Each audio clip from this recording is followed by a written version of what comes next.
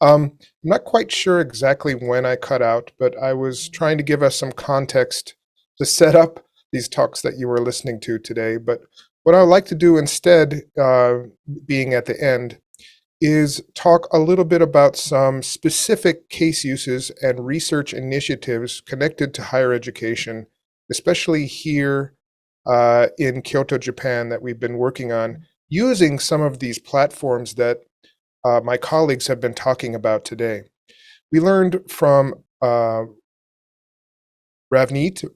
as we've been calling her today, and the Frame platform. It's a web VR platform, which is very popular with educators because it is on the open web and viewable through any standard browser. And the open XR standards are growing in a way that I'm happy to say are more favorable to educational context and for educational institutions than ever before.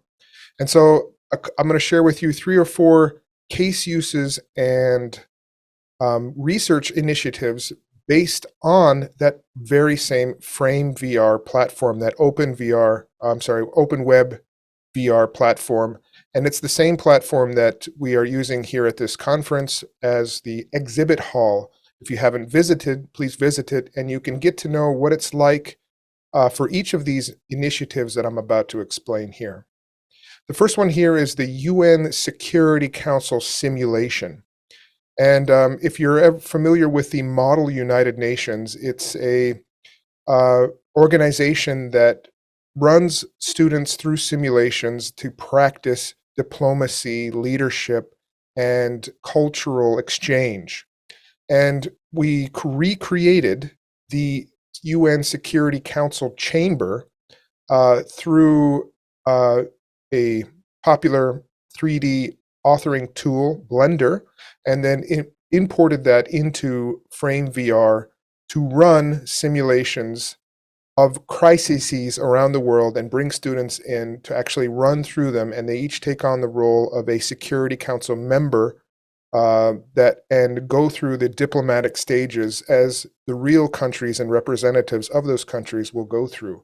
And the research shows that they've been doing things on Zoom or face-to-face up until that point, and there are some real affordances to doing this in VR, especially with being able to bring in students from many countries to run these simulations to actually get different viewpoints of different countries and kind of stakeholder beliefs and systems into these simulations. There was a couple of downfalls, however, because if you're going to use a web VR construct, I think Nick talked about this earlier. He often uses things like Google Sheets and Google Forms, and Merasa talked a little bit about using things like Padlet. Using text and typing inside of a virtual construct, especially if you're using a headset, it's still a little bit cumbersome. We're trying to do things like pass through with a keyboard these days if you're having a more advanced headset. But we found drafting resolutions, which is a great kind of one of the big activities that you will do in these simulations, was a little bit difficult. So we had to kind of, as these simulations went on, we only used the VR simulations during the actual negotiation stages of the simulation, and we either went back to Zoom or we moved to a kind of an asynchronous text-based situation so the students can actually draft documents during this. So that was a kind of unique case use.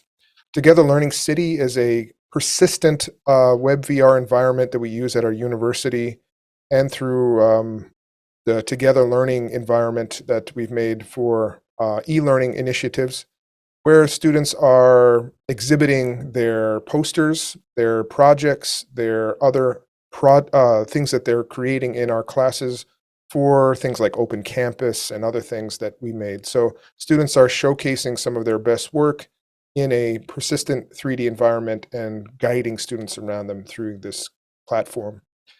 YASAKA Jinja. I live here in Kyoto, Japan, and we had to host many events During the pandemic, which people couldn't travel here, tourism went down 99%. So I recreated a popular tourist attraction that's in Kyoto called YASAKA Shrine, and students held many different types of activities and events in this digital twin of this physical space that you probably would have visited in real life should you have come to Kyoto for these conferences that were held. So now students are using these to actually host students that would be coming to Kyoto, either in our study abroad programs or exchange programs, or coming with kind of these extended uh, learning programs we have with partner universities all throughout Asia.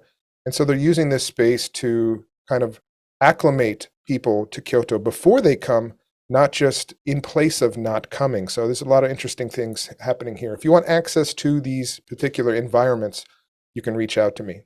This last one here is probably my favorite, but probably the least popular of these, is just playing with the idea that these environments can't be just the normal. What we tend to do when we get into new technologies is use them as they would have been used in older technologies, right? The first versions of the web worked a lot like a magazine or a newspaper, and the first versions of VR work a lot like physical classrooms. People are spending a lot of money, a lot of resources to recreate situations and places and paradigms that which we are very much used to. And of course, that's a human tendency. But in this particular environment, I recreated my studio at home, which I'm actually sitting at right now. It's a small room in my house, which I've created to record these sessions and do these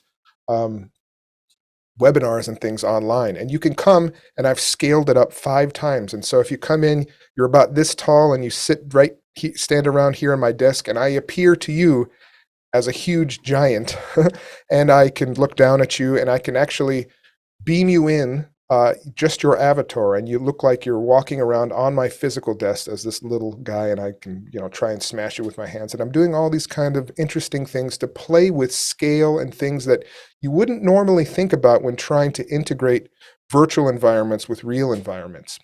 And so we do some things in here like scavenger hunts and kind of after parties and socials and things like that. And to kind of give students a more broader and future thinking ideas and approach when thinking about these technologies and integrating them into, for example, the tourism and hospitality industry. Thanks very much, everyone.